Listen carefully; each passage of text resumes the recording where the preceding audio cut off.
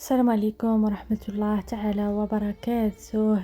صدمة كبيرة للمتابعين ديال اليوتيوبر أو التيك توكر المغربية غفران العلوي. إنا لله وإنا إليه راجعون. الكل وتفاصيل فضلا وليس أمرا. قبل ما نبدأ معكم الفيديو ما تنساوش الاشتراك في القناة باش يوصلكم دائما كل جديد.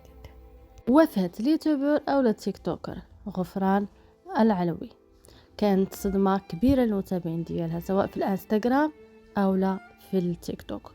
أغلبية الحضور ديالها والوجود ديالها في التيك توك، فيديوهات عبارة عن رقص، طاقة إيجابية عفوية، كلها يعني العناية بالشعر بالوجه، أي حاجة كتخص المرأة.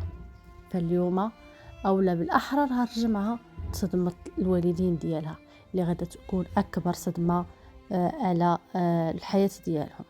العثور على فتاة جثة هامدة والشكوك حول هذه الجريمة، واش ماتت أو تقتلات. علمت الصحف أو في المنطقة اللي وقعت فيها الحادث على أنه تم العثور مساء اليوم الجمعة على جثة شابة اللي كتبلغ من العمر فقط 19 عام. سبحان الله، يعني في مقتبل العمر ديالها، يعني في عمر الزهور. تبدو أنها وفاة يعني غير طبيعية، وتم الإعلان عليها للإعلام والأمن بالحادث سرعان ما شافوا الجثة. وسارعت سيارة الإسعاف كذلك لحماية المدني مسحوبة بالسيارة إلى نقل الجثة إلى المستشفى باش يعرفوا شنو هو سبب الوفاة، اللي لحد الآن مازال كتجريو التحقيقات حول هذا الموضوع.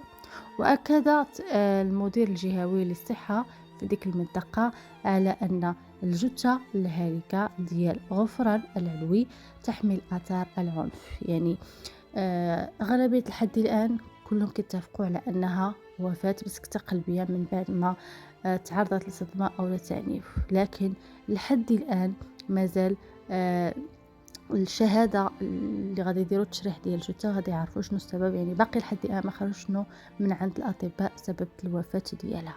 وتم الاشعار النيابه العموميه بالواقعه في انتظار تحديد الطب الشرعي لاسباب الموت ديالها وكشف الابحاث عن تفاصيل وفاه الشابه غفران العلوي. فالله يرحمها يا ربي ويوسع عليها وتكون تسواها الجنه ان شاء الله، والله ياخذ في الحق في اللي كان سبب، سواء كانت يعني في التعنيف او لا بالصدمه. اكيد كاين شخص اللي غيكون تسبب له في هادشي. اما الا كانت غير سكته قلبيه او لا جلطه دماغيه فهذه موتة الله طبيعيه تقدر تعرض ليها فجاه، يعني بحال كيف كيقولوا موت الغفله. فإلا جات من عند الله مرحبا بها، وإلا جات من عند العبد راه اكيد القانون غادا ياخذ المجرى ديالو. اللي غياكل الدق في هادشي كامل هو الوالدين. الام ديالها غادا تكون صعيبه عليها، سواء الوالدين سواء العائله سواء الخوت، غتكون صدمه كبيره ليهم بزاف. الله يصبرهم ويكون معهم ويقويهم حتى يعرفوا شنو سبب الوفاه بالضبط. المهم التحقيقات راه مازال كيجريو عليها وننتظروا التفاصيل في الفيديو القادم باذن الله. غادي نقول لكم السلام عليكم، ما تنسوش